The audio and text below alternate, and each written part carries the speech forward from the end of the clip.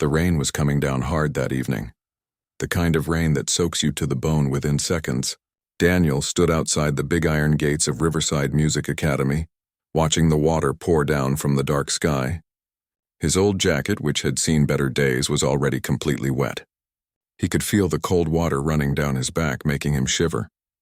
Through the tall windows of the academy, he could see students packing up their expensive instruments.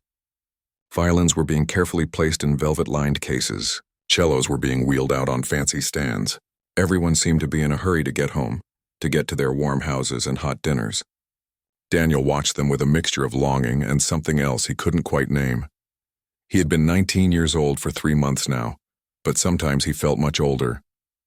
Life had a way of doing that to you when you spent your nights wondering where you'd sleep, and your days wondering where your next meal would come from. For the past 3 weeks, he'd been sneaking into the campus library after closing time, hiding behind the tall bookshelves until the security guard made his rounds, then sleeping on the soft carpet between the philosophy and poetry sections. But tonight was different. Tonight, the library was closed for some kind of maintenance work. He'd seen the notice posted on the door that morning, and his heart had sunk. The temperature was dropping fast, and the weather forecast on the television in the electronics store window had mentioned something about it being the coldest night of the season so far. Daniel's backpack, which contained everything he owned in the world, felt heavier than usual on his shoulders.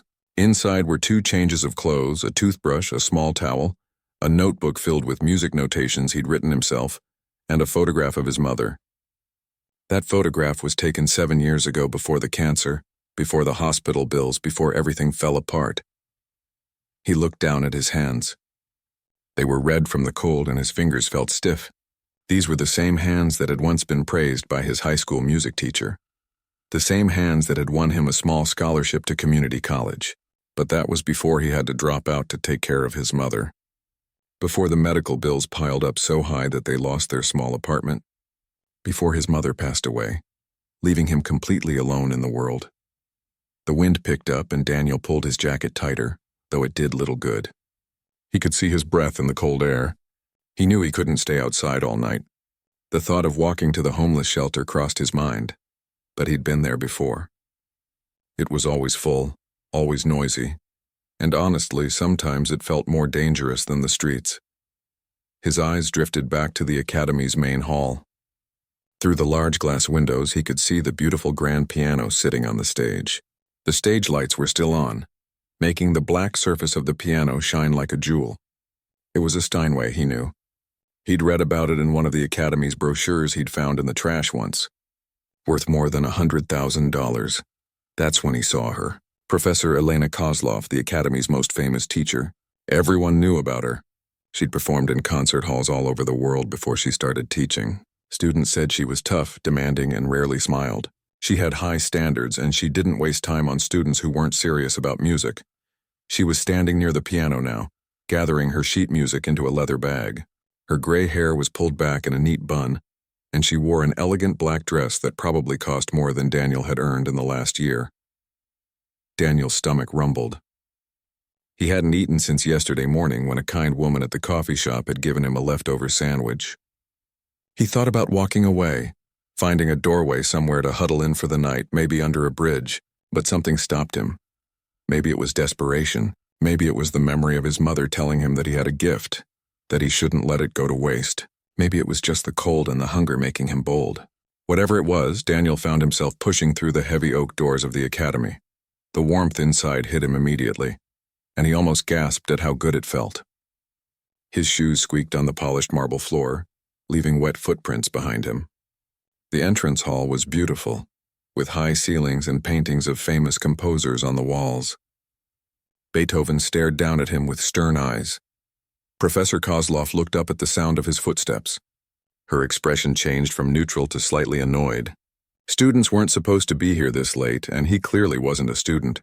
His wet, worn-out clothes and the desperate look in his eyes told a different story. Daniel's heart was pounding so hard he thought she might hear it. His mouth felt dry despite all the rain he'd been standing in. He wanted to turn around and run, but his feet kept moving forward, carrying him toward the piano, toward the professor, toward a decision that would change everything. He stopped a few feet away from her, water dripping from his clothes onto the expensive floor.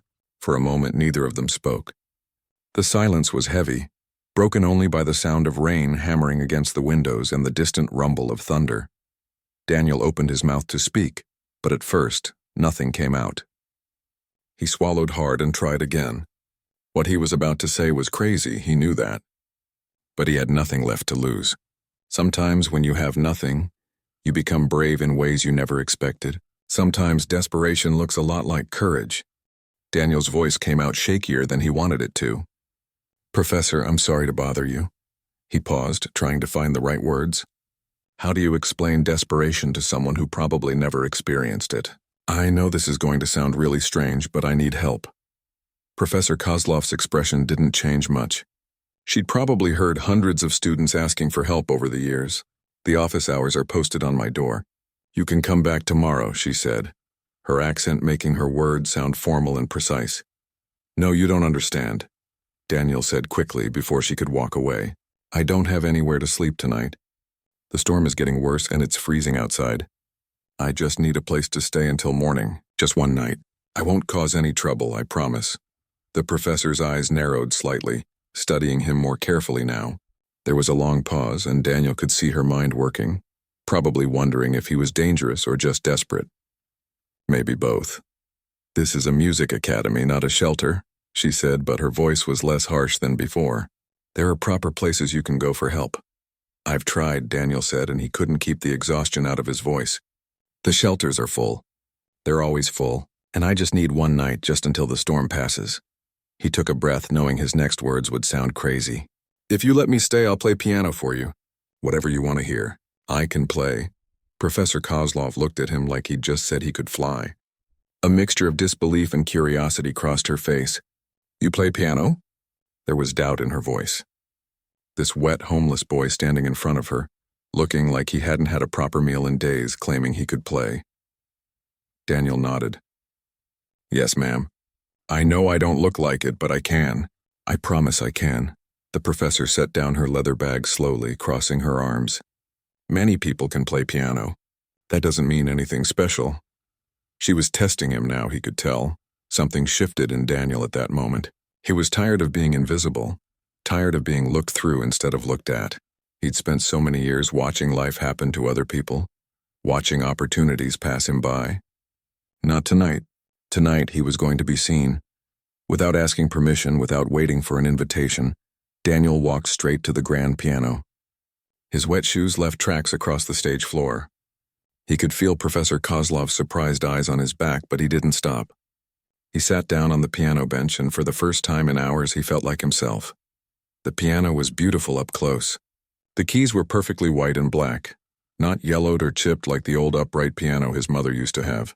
He lifted his hands, and even though they were cold and stiff, they knew exactly where to go. He started playing Chopin's Nocturne in E-flat major. It was a piece his mother had loved, one of the last things she'd asked him to play for her in the hospital. His fingers were shaking slightly from the cold, but as he played, they began to warm up. The music room had excellent acoustics, and every note rang out clear and pure.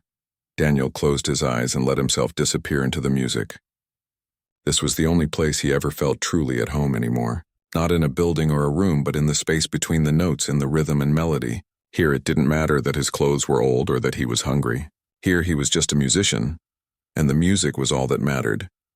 He played the gentle opening, his left hand providing the steady accompaniment while his right hand sang out the melody. He'd learned this piece by listening to it dozens of times on the radio, then figuring out the notes on the old piano in the community center before they'd closed down. He'd never had formal lessons in reading complex music, but his ear was good.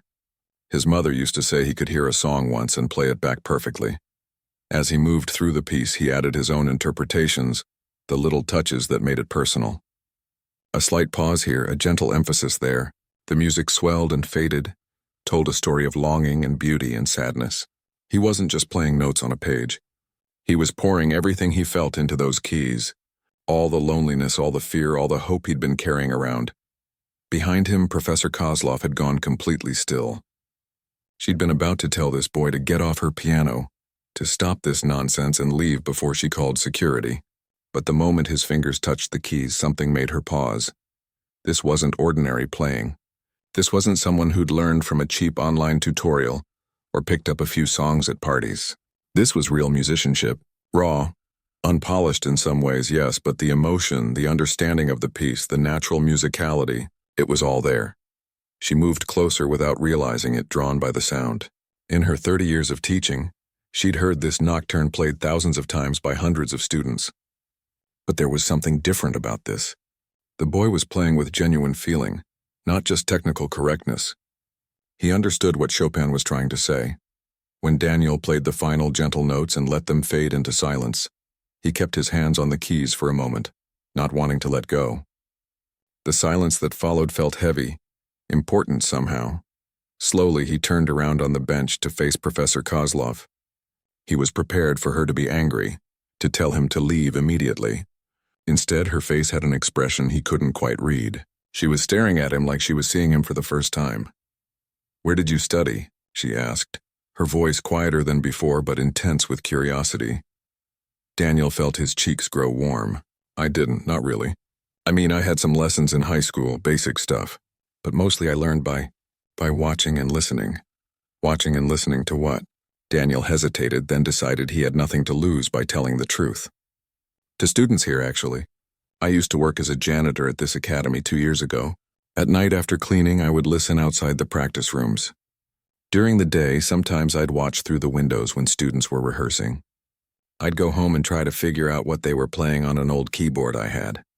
The professor's expression shifted to something that might have been sadness or regret. "You were the evening janitor? The quiet one who was always finishing his work early?" Daniel nodded, surprised she remembered him at all. "Yes, ma'am. Until the academy hired a new cleaning company. They wanted to cut costs, I think." Professor Kozlov walked closer to the piano, her heels clicking on the stage floor. She looked at Daniel's hands still resting on the keys, then back at his face. "Play something else," she said suddenly. "Something more difficult?" Daniel turned back to the piano, his heart racing. Something more difficult. His mind quickly ran through all the pieces he'd taught himself over the years. He decided on Beethoven's Moonlight Sonata, third movement. It was fast, technically challenging, and required both hands to work in perfect coordination. It was also one of the pieces he'd practiced the most, figuring out the notes bit by bit on that old keyboard that was missing 3 keys. He took a deep breath and began.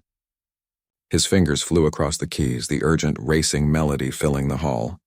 This piece was like a storm itself, full of passion and intensity. Where the Chopin had been gentle and emotional, this was fierce and demanding. His hands crossed over each other, hitting the rapid notes with precision that came from hundreds of hours of practice in empty rooms and borrowed spaces. Professor Kozlov stood motionless, her hand covering her mouth. This wasn't possible. This kind of playing required years of formal training, daily practice with proper instruction, knowledge of technique and theory that couldn't just be picked up by watching through windows. Yet here was this boy, this homeless teenager, playing one of the most challenging pieces in the piano repertoire with remarkable skill. Sure, there were small technical issues. His posture wasn't perfect. Some of the passages could use more refinement, but the foundation was there. The talent was undeniable. It was like discovering a diamond covered in dirt. You could see the brilliance underneath everything else. When Daniel finished, he was slightly out of breath. Playing that piece always took everything he had. He turned to face the professor again, trying to read her expression. Was she impressed? Angry that he'd been essentially stealing education by watching her students? He couldn't tell. Professor Kozlov finally lowered her hand from her mouth. "How long have you been playing?" Her voice sounded different now, less formal, more human. "My mom taught me the basics when I was 7. Daniel said quietly. "She used to play piano at our church. Nothing fancy, just hymns and simple songs. But she loved it, and she taught me to love it too. After she got sick, I kind of taught myself. We couldn't afford lessons, and then—" He trailed off, not wanting to finish that sentence. "And then?" the professor prompted gently.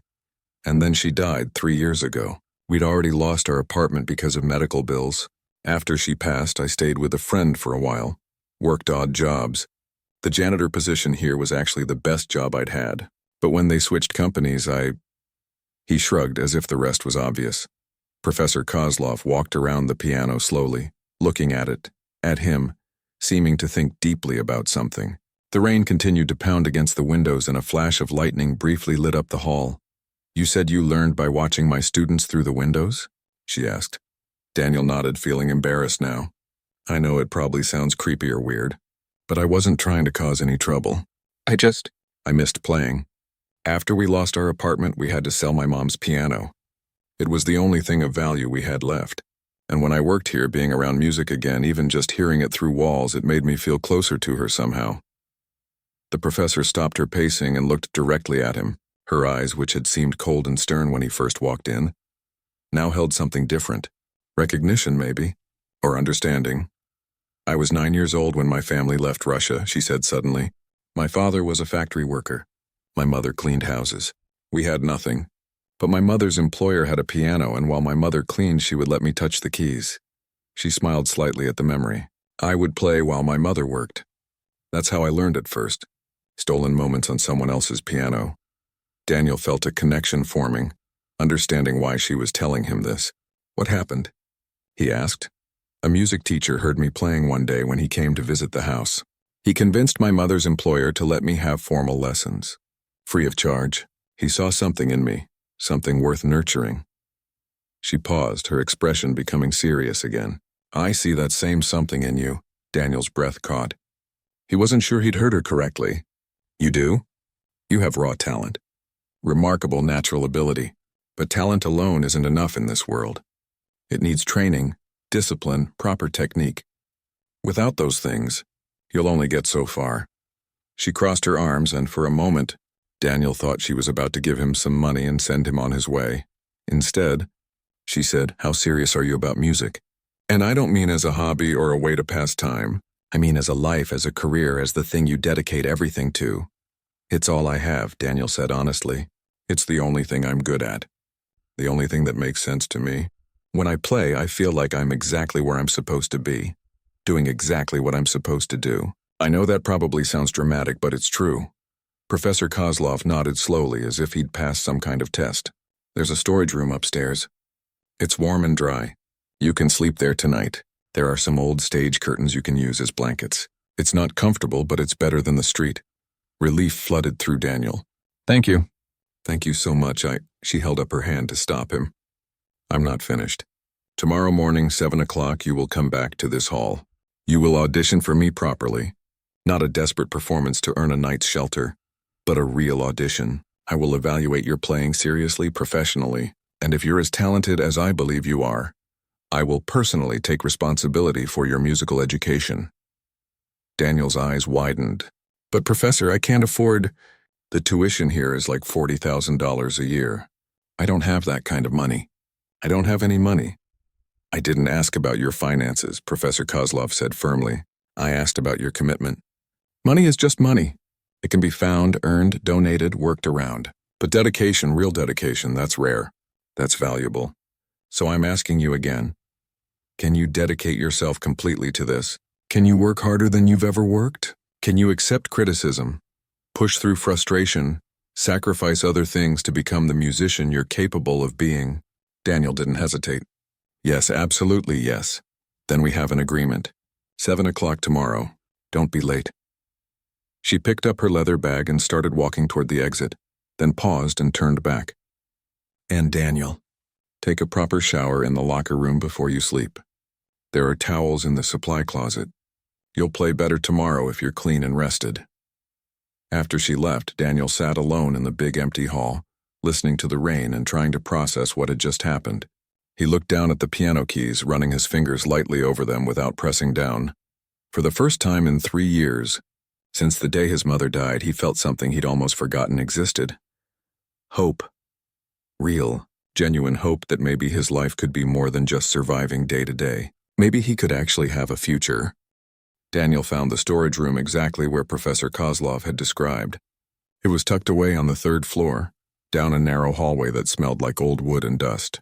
The room was filled with forgotten props from past performances, old music stands, and stacks of velvet stage curtains that had probably been replaced years ago. But to Daniel, it might as well have been a luxury hotel. It was warm. It was dry. It was safe.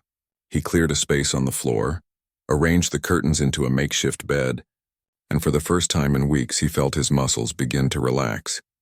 Before settling down, he'd followed the professor's advice and used the locker room showers. The hot water had felt like a miracle against his skin, washing away not just the rain and dirt but some of the exhaustion that had settled deep in his bones. He'd found soap and shampoo, towels that were actually clean and soft. Simple things that most people took for granted felt like treasures. Now, lying on his bed of curtains, Daniel stared up at the ceiling. The storm was still raging outside, but the sound was muffled up here, almost peaceful. He thought about tomorrow's audition, about what Professor Kozlov had said, about the impossible possibility that his life might actually change. He pulled out his backpack and carefully extracted the photograph of his mother. Even in the dim light from the hallway, he could see her smile. She'd been so proud of his playing, even the simple pieces he'd known back then. "You've got something special, Danny," she used to tell him. "Don't you ever let the world convince you otherwise." "I'm trying, Mom," he whispered to the photograph. "I'm really trying." Sleep came easier than it had in months. The next morning, Daniel woke to sunlight streaming through a small window he hadn't noticed in the dark. For a moment, he panicked, thinking he'd overslept. But when he checked the old watch he kept in his backpack, it was only 5:30. He had plenty of time. He cleaned up his makeshift bed, folding the curtains neatly and making sure the storage room looked exactly as he'd found it. He washed his face in the bathroom, did his best to make himself presentable in the same clothes from yesterday, now at least dry and clean. At 6:45, Daniel made his way back down to the main hall. His stomach was growling with hunger, but nervous energy pushed the discomfort to the background. This audition felt like the most important moment of his life. Professor Kozlov arrived exactly at 7, carrying a briefcase and a cup of coffee. She looked at him and nodded approvingly. "Good, you're punctual. That's important." She set her things down on a chair and walked to the piano, gesturing for him to sit. Daniel sat at the bench, his hands hovering over the keys. "What would you like me to play?" "First, some scales. I need to see your basic technique." She stood beside the piano, watching his hands carefully.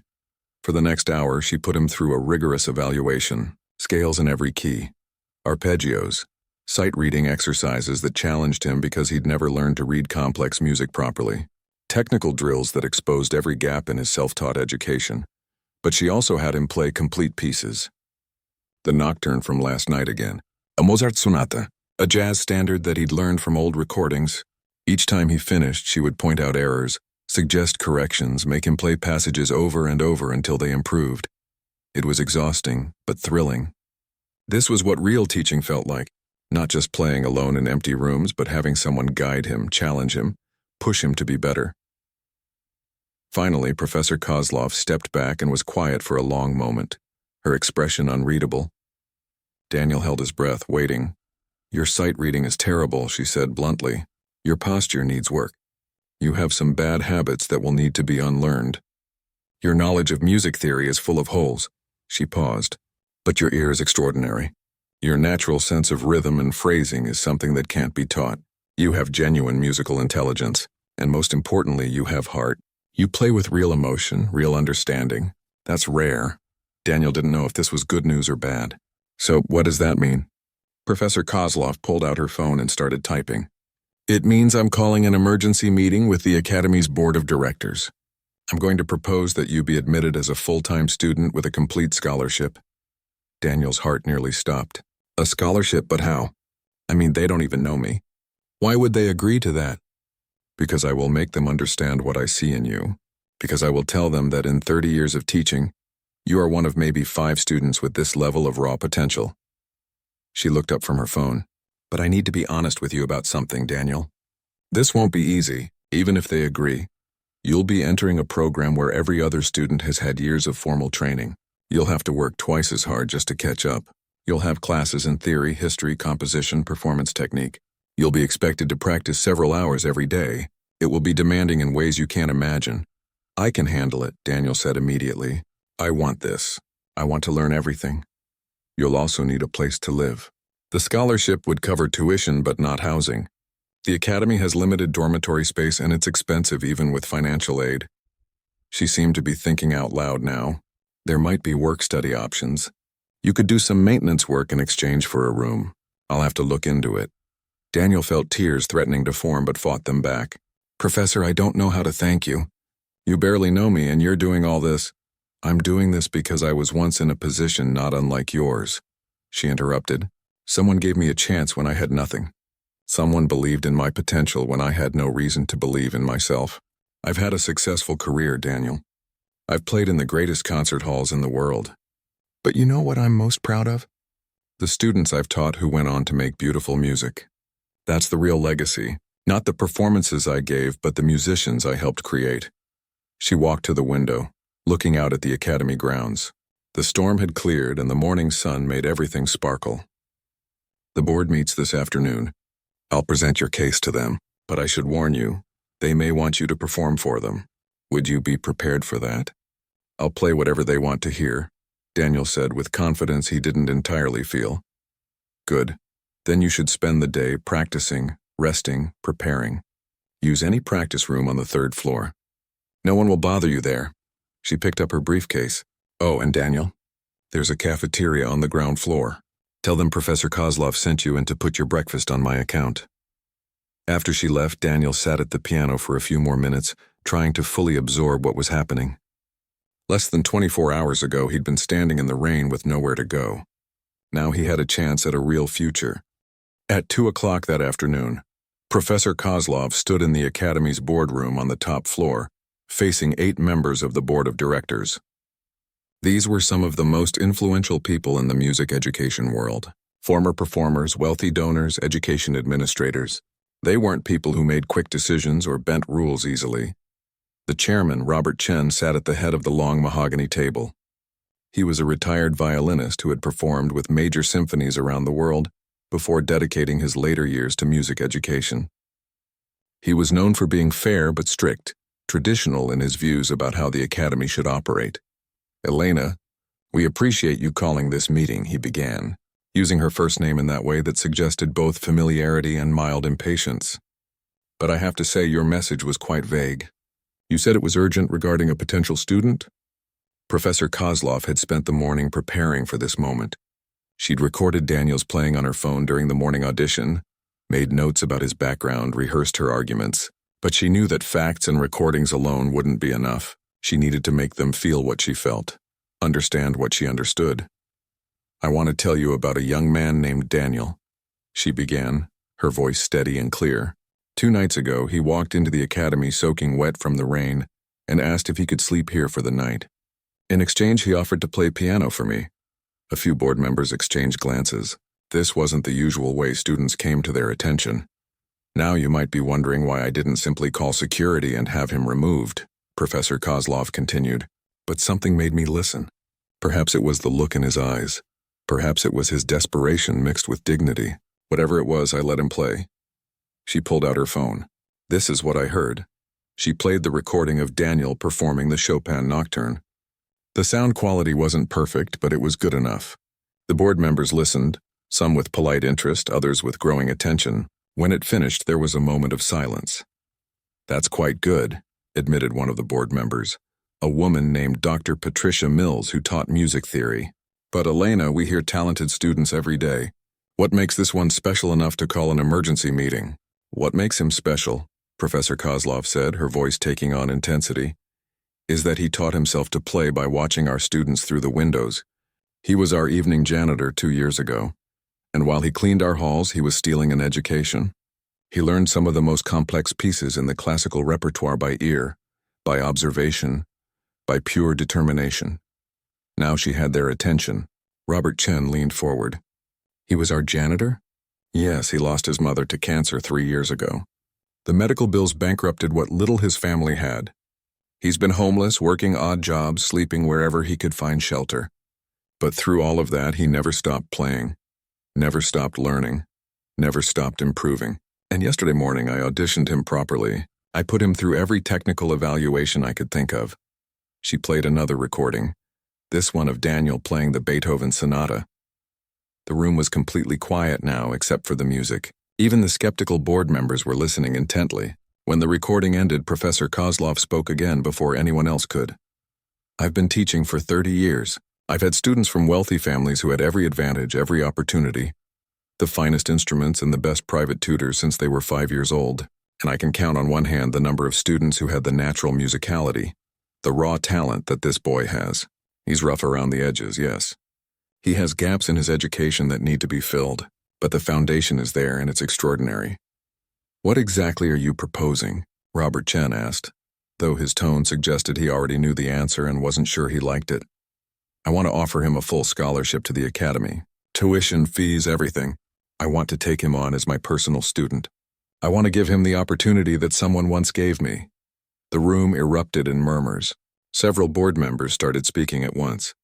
Robert Chen held up his hand for silence. Elena, you know I respect you enormously, but what you're suggesting is highly irregular. We have protocols, procedures, waiting lists. We have hundreds of qualified applicants who go through the proper channels, who audition in the traditional way. We can't just bypass all of that because you're moved by a talented homeless boy's story. Why not? Professor Kozlov challenged. Tell me, Robert, what is the purpose of this academy? Why do we exist?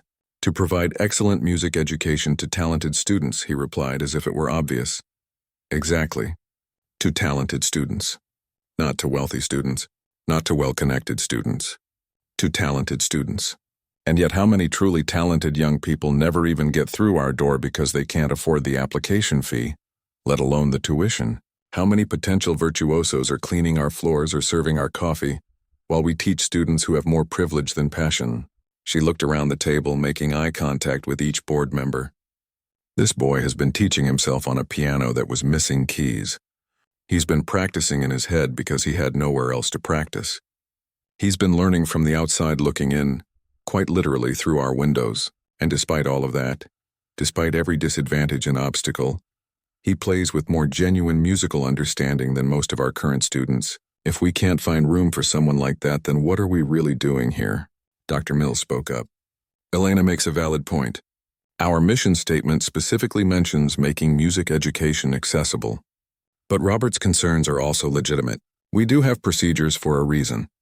Another board member, a donor named William Foster, who had funded the Academy's new performance hall, raised his hand.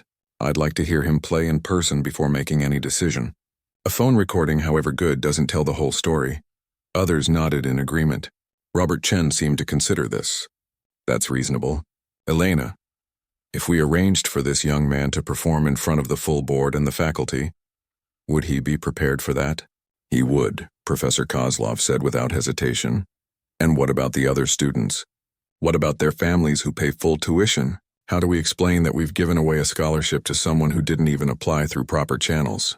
This came from another board member, a man who Professor Kozlov knew was more concerned with optics and fundraising than education.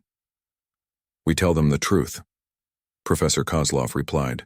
We tell them that we discovered an exceptional talent in an unexpected place, and that this academy stands for merit over privilege. I think most families would respect that. In fact, it might enhance our reputation. It shows we're serious about finding real talent wherever it exists. Robert Chen drummed his fingers on the table, clearly torn. Finally, he spoke. Here's what I'm willing to do. We'll arrange a performance, not just for the board, but for the entire faculty and student body. If this young man can prove his worth in front of that audience, demonstrate that he belongs here despite his unconventional path, then we'll seriously consider the scholarship. But it has to be unanimous from the board, and the performance has to be truly exceptional. Are those terms acceptable? Professor Kozlov felt a mix of relief and anxiety.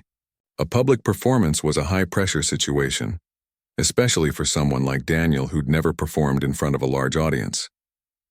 But it was also an opportunity. If he could capture a crowd the way he'd captured her, there would be no question about his admission. Those terms are acceptable, she agreed. When can we schedule this? The sooner the better, Robert Chen said. How about this Friday? 3 days from now. That gives us time to notify faculty and students, and it gives your protege time to prepare. The concert hall, 7 p.m., 3 days. Professor Kozlov's mind raced. That wasn't much time, but it would have to be enough. Friday at 7. We'll be ready.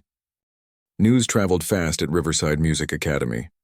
By Wednesday morning, every student knew about the mysterious pianist who would be performing on Friday night. The story had grown in the telling, becoming almost mythical.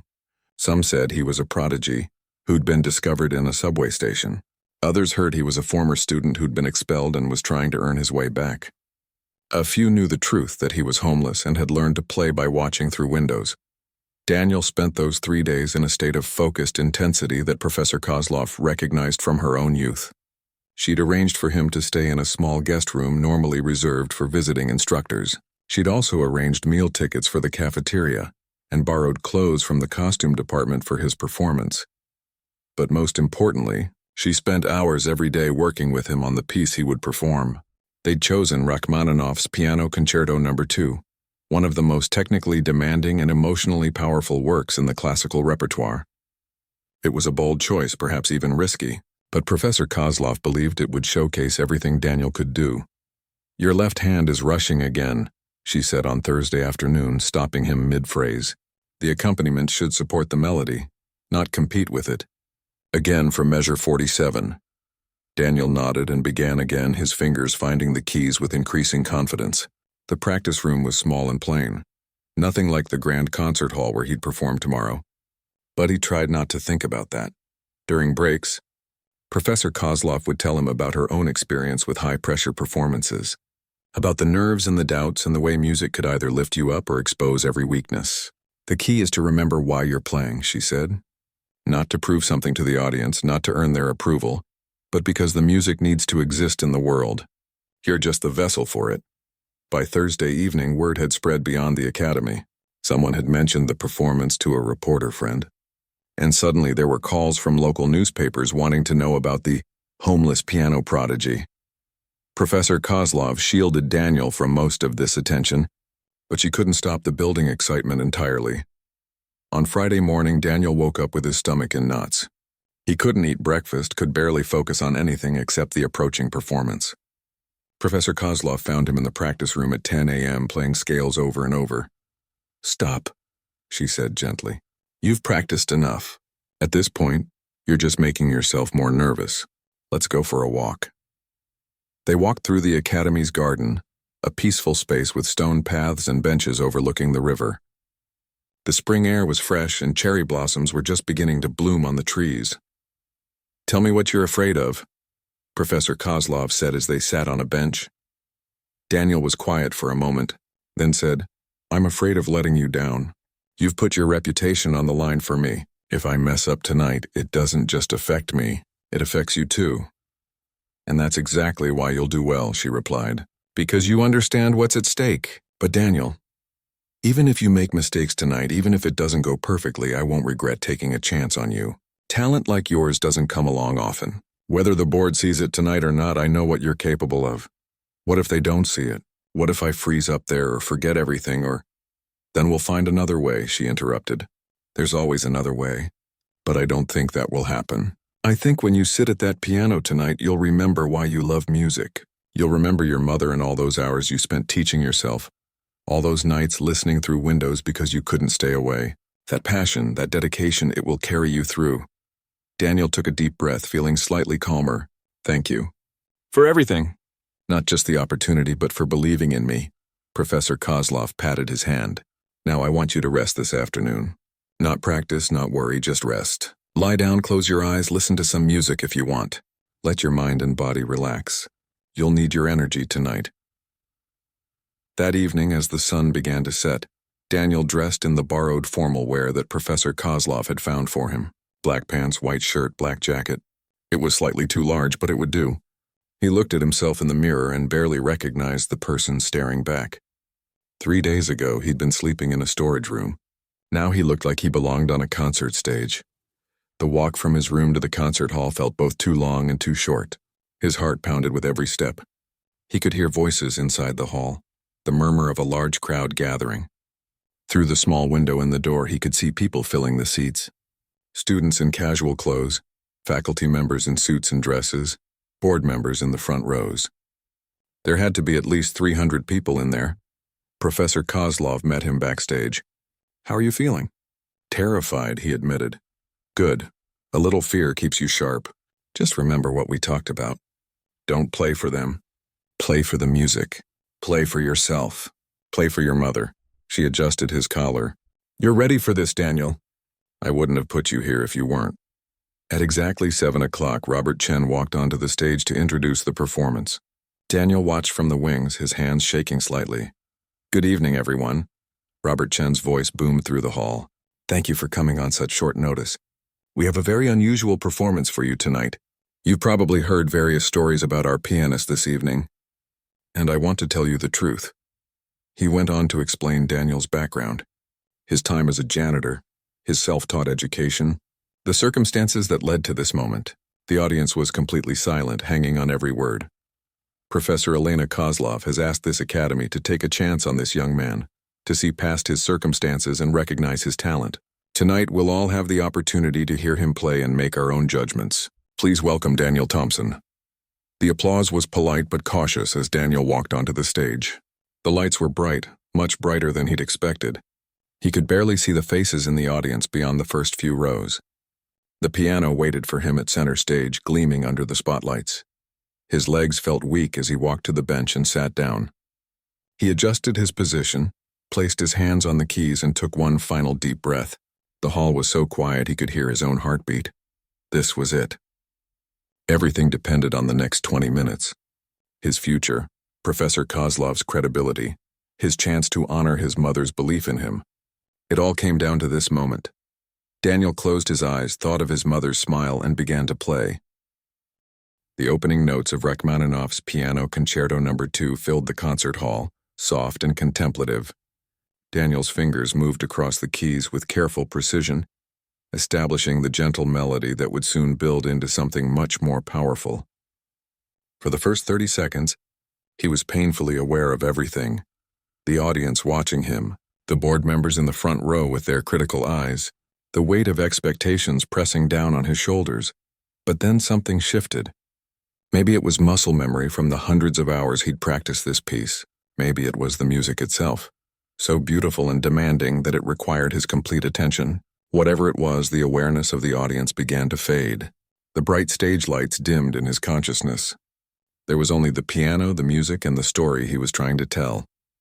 In the third row, a student named Jennifer leaned over to her friend and whispered, "He's actually really good." She'd come expecting a disaster, some kind of charity case that the academy was humoring. But this was real playing, technically solid and emotionally present.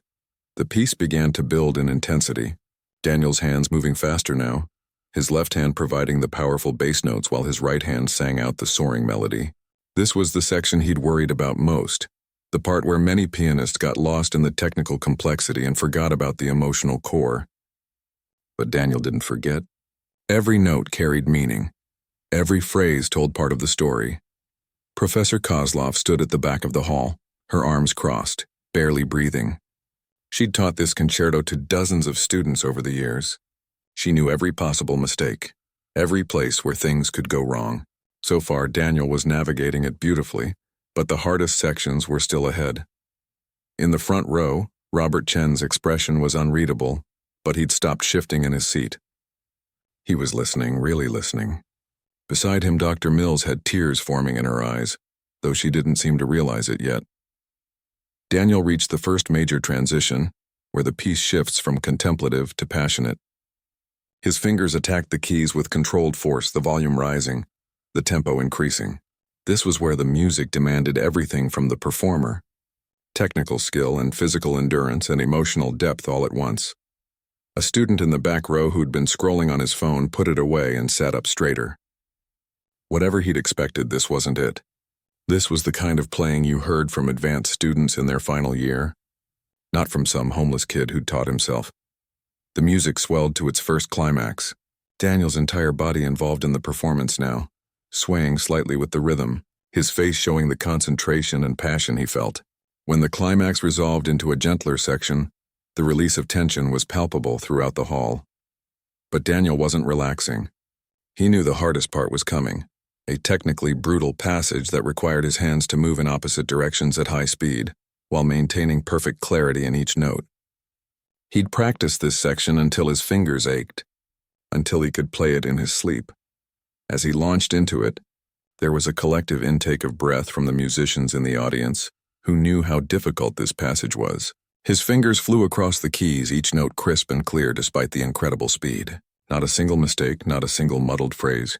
It was the kind of technical mastery that took most students years of formal training to achieve. Professor Kozlov allowed herself a small smile. He was doing it. He was actually doing it. The piece moved into its second major movement, and here was where Daniel's self-taught background became an advantage rather than a liability. This section required deep emotional understanding, the ability to make the piano sing like a human voice. You couldn't learn that from a textbook or a teacher. It came from somewhere deeper, from lived experience and genuine feeling. Daniel thought of his mother as he played this section, remembered sitting with her in the hospital during her final days, playing simple melodies on the small keyboard a nurse had let him borrow. He remembered how music had been the only thing that seemed to ease her pain, how she'd close her eyes and smile even when she was too weak to speak. He poured all of that into the music, every memory, every moment of grief and love and loss. The audience felt it. You could see it in their faces, the way people had stopped fidgeting, the way even the skeptics had leaned forward in their seats. In the crowd, a reporter from the local newspaper frantically took notes. This wasn't just a good performance. This was a story, the kind of human interest piece that would resonate with readers. The music built toward its final climax, the section where everything that had come before converged into one powerful statement. Daniel's hands moved with confidence now, any nervousness long gone. He was completely in the moment, completely united with the music. The final crescendo was thunderous, Daniel putting his entire body weight into the keys, the sound filling every corner of the hall. And then, after all that power and intensity, the piece ended quietly, gently, like a whisper of something beautiful fading into memory. Daniel played the last soft notes and let his hands rest on the keys for a moment, not wanting to break the spell. The hall was completely silent. For 3 seconds, nobody moved. It was as if the entire audience was holding its breath, processing what they'd just experienced. Then someone started clapping. Then another person.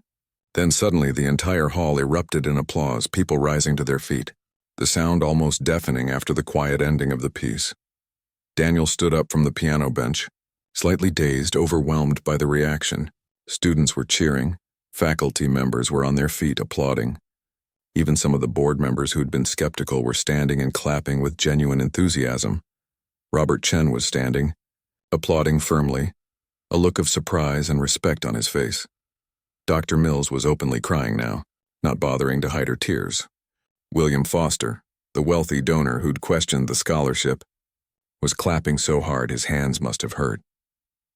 Professor Kozlov made her way through the crowd to the stage, her own eyes wet with tears, a proud smile on her face. When she reached Daniel, she pulled him into a quick embrace. "You did it," she whispered in his ear. "You were magnificent." The applause continued for nearly 2 minutes, people unwilling to let the moment end. Daniel stood there trying to take it all in, trying to believe this was really happening. A week ago, he'd been sleeping in a library. Now he was receiving a standing ovation in a prestigious music academy's concert hall. When the applause finally began to die down, Robert Chen walked onto the stage. He shook Daniel's hand firmly, then turned to address the audience. "I think we can all agree that what we just witnessed was extraordinary," he said, his voice carrying authority but also warmth. "This young man has demonstrated not only exceptional talent, but also the kind of dedication and passion that we hope to nurture in all our students." He paused, looking directly at Daniel. "The board will need to meet briefly to make it official, but I can tell you right now, we would be honored to offer you a full scholarship to Riverside Music Academy." The hall erupted in applause again, even louder than before. Students were hugging each other, faculty members were congratulating Professor Kozlov, and Daniel stood in the center of it all, tears streaming down his face, unable to speak, unable to do anything but feel the overwhelming gratitude and joy washing over him. His life had just changed forever, all because he'd been brave enough to ask for help, and someone had been kind enough to give him a chance. The board meeting that followed the performance was brief and unanimous. Not only would Daniel receive a full scholarship covering tuition and fees, but several board members personally committed to funding his living expenses. William Foster, the donor who'd been skeptical, offered to cover his room and board for all 4 years. "I know talent when I see it," he said simply, "even if I didn't believe it at first." The local newspaper ran the story on Sunday front page. Homeless teen's musical journey moves academy to tears. By Monday, it had been picked up by regional news outlets. By Tuesday, national media was calling. Suddenly, Daniel's story was everywhere, not just as a feel-good piece, but as a conversation starter about hidden talent, educational access, and the barriers that kept gifted young people from opportunities. But for Daniel, the real changes were quieter and more personal. He moved into a small dormitory room that felt like a palace compared to where he'd been sleeping. He had a real bed, a desk, a small keyboard for practice. He had regular meals, in the cafeteria, where students who'd once ignored him now stopped to introduce themselves and shake his hand. The academic side was challenging in ways he hadn't fully anticipated. Music theory classes revealed huge gaps in his understanding of formal music education. He struggled with sight reading at first, having to work twice as hard as his classmates to keep up. History of music courses introduced him to composers and periods he'd never studied. But Professor Kozlov had been right about his work ethic. Daniel showed up to every class early, stayed late in practice rooms, asked questions without embarrassment about things he didn't understand. When other students went out on weekends, he was usually in the library or at a piano, making up for lost time. Professor Kozlov took him on as her private student, meeting with him 3 times a week for intensive one-on-one instruction. She was demanding, never letting him coast on natural talent, always pushing him to improve his technique, deepen his understanding, refine his interpretation. "Talent gets you in the door," she told him during one particularly grueling practice session. "But discipline keeps you in the room. The world is full of talented people who never became great because they didn't put in the work." Daniel absorbed everything like a sponge. He learned proper posture and hand position, correcting years of self-taught habits. He studied music theory until he could analyze complex compositions. He practiced scales and exercises that weren't exciting, but were necessary. Slowly, steadily, the gaps in his education began to close. By the end of his first semester, his sight reading had improved dramatically. By the end of his first year, he was performing at a level comparable to students who'd been studying formally since childhood. His professors were impressed not just by his progress, but by his humility and gratitude. The media attention, which had been intense at first, gradually faded as other stories took its place. Daniel was relieved. He hadn't wanted to be famous. He just wanted to learn music. But his story had resonated with people in ways he hadn't expected. Donations poured into the academy specifically designated for scholarship funds for underprivileged students. Other music schools around the country started programs to identify and nurture talented students from low-income backgrounds. Daniel had inadvertently become a symbol of something larger than himself. In his second year, Daniel started volunteering at a community center in a low-income neighborhood, teaching basic piano to kids who couldn't afford lessons. On Saturday mornings, he'd work with a group of 8 children, showing them how to find middle C, how to play simple melodies, how to read basic music notation. One of his students was a 9-year-old girl named Amy, who reminded him of himself. She was quiet, serious about music in a way that seemed unusual for her age. She practiced between lessons, even though the only piano she had access to was the one at the community center. "You're really good at this," Daniel told her one Saturday. "Have you thought about taking more advanced lessons?" Amy shrugged. "My mom can't afford real lessons. She works 2 jobs just to pay rent." Daniel felt something click into place. "Let me talk to my professor," he said. "I think we might be able to figure something out." That evening, he called Professor Kozlov and told her about Amy. A week later, Amy was enrolled in a junior program at the academy, with a full scholarship funded by the same donors who'd helped Daniel. This became a pattern. Daniel would identify talented kids in the community, young people who had ability but no resources.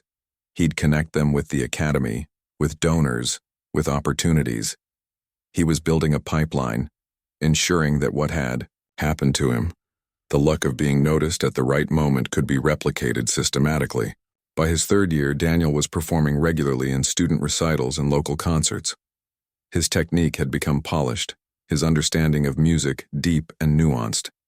He was no longer the rough diamond he'd been when he first arrived. He was becoming a genuine artist. But he never forgot where he came from. In his dorm room, he kept the old photograph of his mother on his desk. Before important performances, he'd look at it and remember why music mattered to him, why he'd never given up even when he had nothing.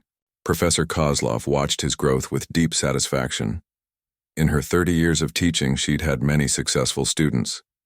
But there was something special about Daniel's journey, something that reminded her why she'd become a teacher in the first place. One spring afternoon in his third year, Daniel and Professor Kozlov were having tea in her office, discussing his upcoming senior recital. "Have you thought about what comes after graduation?" she asked. Daniel had been thinking about it a lot. "I want to perform, obviously, but I also want to teach. I want to do what you did for me, find kids who have talent but no opportunity and help them." Professor Kozlov smiled. "That's a good path. Music needs performers, but it also needs teachers who understand what it's like to struggle, who can connect with students from all backgrounds. I've been thinking about starting a foundation," Daniel continued, his voice growing more excited. "Something specifically focused on finding and supporting talented young musicians from homeless or low-income situations. We could provide instruments, lessons, application fee waivers, scholarship support, everything needed to help them access music education." "That's ambitious," Professor Kozlov said, but her tone was approving. "You'd need funding, organizational structure, partnerships with schools and community centers." "I know, but I think it's possible. My story got a lot of attention. People care about this issue. And there are so many talented kids out there who just need someone to give them a chance, the way you gave me a chance." Professor Kozlov was quiet for a moment, looking at this young man who'd walked into her life 3 years ago, soaking wet and desperate. He'd grown so much, not just as a musician, but as a person. He'd taken his own difficult experience and turned it into motivation to help others. "I'll help you," she said finally. "I know people, donors and educators who might be interested in supporting something like this. We can start small, maybe with a pilot program here in the city, and grow from there." 3 years after graduation, Daniel would perform at Carnegie Hall as part of a series featuring emerging artists. Professor Kozlov was in the audience that night along with Amy, his former student who was now attending the academy herself on scholarship. William Foster was there, as were several of the board members who'd voted to give Daniel his chance. But also in the audience were 20 young musicians who'd been helped by the foundation Daniel had started, the Second Chance Music Initiative. They wore matching t-shirts and cheered the loudest when Daniel took his bow. The foundation provided instruments to low-income schools, sponsored talented students from disadvantaged backgrounds, trained teachers in identifying musical potential in unconventional places. In its first 5 years, it would help over 200 young musicians access music education and opportunities they otherwise would never have had. Daniel never forgot that rainy night when he'd had nothing left to lose. When desperation had forced him to walk through those academy doors and ask for help. When one person's willingness to see past his circumstances had changed the trajectory of his entire life. He thought about it every time he signed off on a new scholarship, every time he visited a school in a struggling neighborhood, every time he worked with a student who reminded him of his younger self. The world was full of talented people waiting to be noticed, waiting for someone to give them a chance. And Daniel Thompson was determined to make sure that chance came more often, for more people, in more places. Not through luck or accident, but through intention and effort. Because talent didn't care about your bank account or your zip code. It existed everywhere, waiting to be discovered and nurtured. All it needed was someone willing to look, willing to listen, willing to believe that potential mattered more than circumstances. Someone willing to do for others what Professor Elena Kozlov had done for him on that stormy night when he'd begged to play piano for shelter. And she'd given him something far greater than a place to sleep. She'd given him a future. And now he was dedicating his life to giving that same gift to others.